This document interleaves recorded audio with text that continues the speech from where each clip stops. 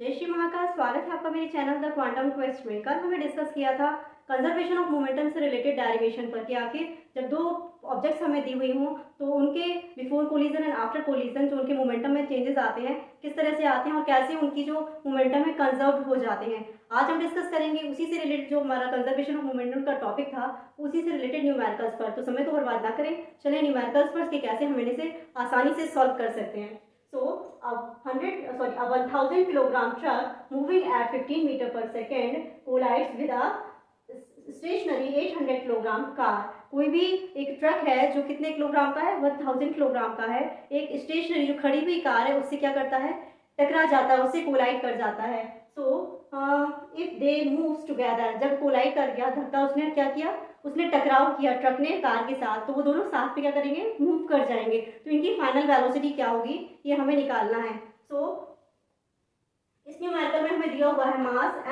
m1 जो है truck का मास है वो दिया हुआ है 1000 किलोग्राम एंड इसकी जो वेलोसिटी वो दी हुई है वो है हमें 15 मीटर पर second and m2 is the mass of car 800 kilogram and velocity of car because car is a stationary position, so u2 equal 0.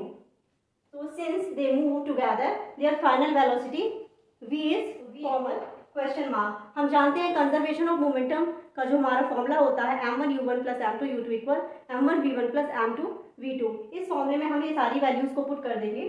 Okay, so this is 15,000, ये हमारा 0 हो जाएगा, so equal and 1000 plus 800 1800 v।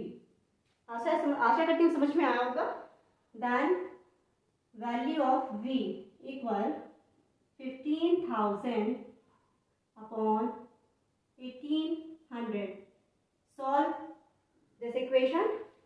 So value of v equal 150 upon 18 equal आ जाएगा हमारा 8.33 meter per second. This is the final velocity after collision. आशा करती हूँ समझ में आया होगा।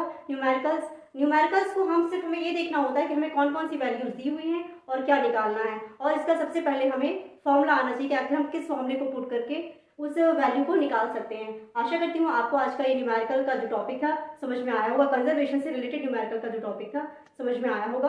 कल फिर मिलेंगे नए टॉपिक के साथ, तब तक के लिए नमस्कार।